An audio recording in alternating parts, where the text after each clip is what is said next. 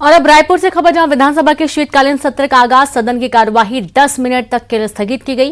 प्रश्नकाल से पहले ही सदन गर्मा गया। आरक्षण को लेकर सदन में तीखी बहस हुई। सदन में सत्ता पक्ष और विपक्ष के बीच तीखी बहस हुई। बीजेपी विधायक ब्रजमोहन अग्रवाल का बयान, राज्यपाल को धमकी दे रहे हैं मुख्यमंत्री। ब्रजमोहन अग्रवाल का ये बयान कि राज्यपाल को मुख्यमंत्री धमकी दे रहे हैं। जैसा कि आपको मालूम है कि मुख्यमंत्री बार बार ये कह रहे हैं कि हठधर्मिता कर रही है राज्यपाल, उनको हस्ताक्षर कर देने चाहिए। इसी पर मुख्यमंत्री ने बयान दिया था।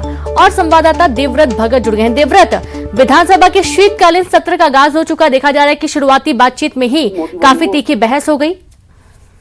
जी, क्योंकि पहले से ही ये आसार थे कि आरक्षण का जो मसला है वो सदन में उठेगा, और यही हुआ कि सदन की कार्यवाही जैसे ही शुरू हुई उसके बाद सीधे तौर पर आरक्षण का ही मसला यहाँ पर उठा। और एक तरह से विपक्ष की तरफ से ये आरोप लगाया जा रहा था कि राज्यपाल को धमकाया जा रहा है, और इस तरह की बातें चल रही थी, और इस पर अलग से चर्चा करने की मांग जो है वो की जा रही थी। कानून व्यवस्था को लेकर के एक तरह से सवाल उठने लगे थे। हालांकि प्रश्नकाल अभी शुरू हुआ।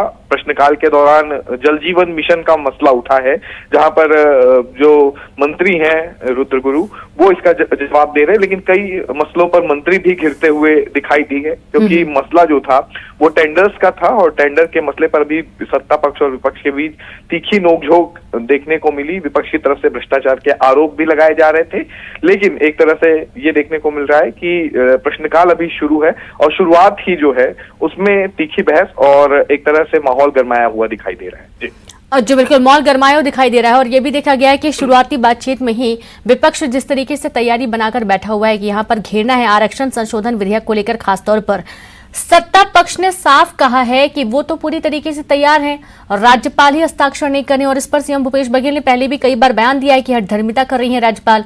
ब्रजमोहन अग्रवाल का ये कहना है कि धमकाया जा रहा है राज्यपाल को।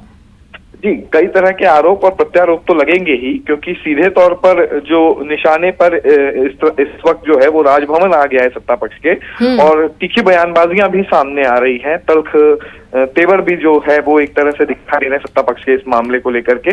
पहले ही 2 दिन का विशेष सत्र बुलाया गया बाकायदा इसके लिए, उसके बाद विधेयक पास किया गया और अब राजभवन भेजा गया है, लेकिन पूरा संशोधन विधेयक इस वक्त राजभवन में अटका हुआ है, और शायद इसलिए इस तरह की जो चर्चाएं हैं वो चल रही है। और सदन में भी ये पूरे मसले उठेंगे, और मसलों को लेकर के हंगामे के आसार अभी से ही दिखाई देने लगे हैं।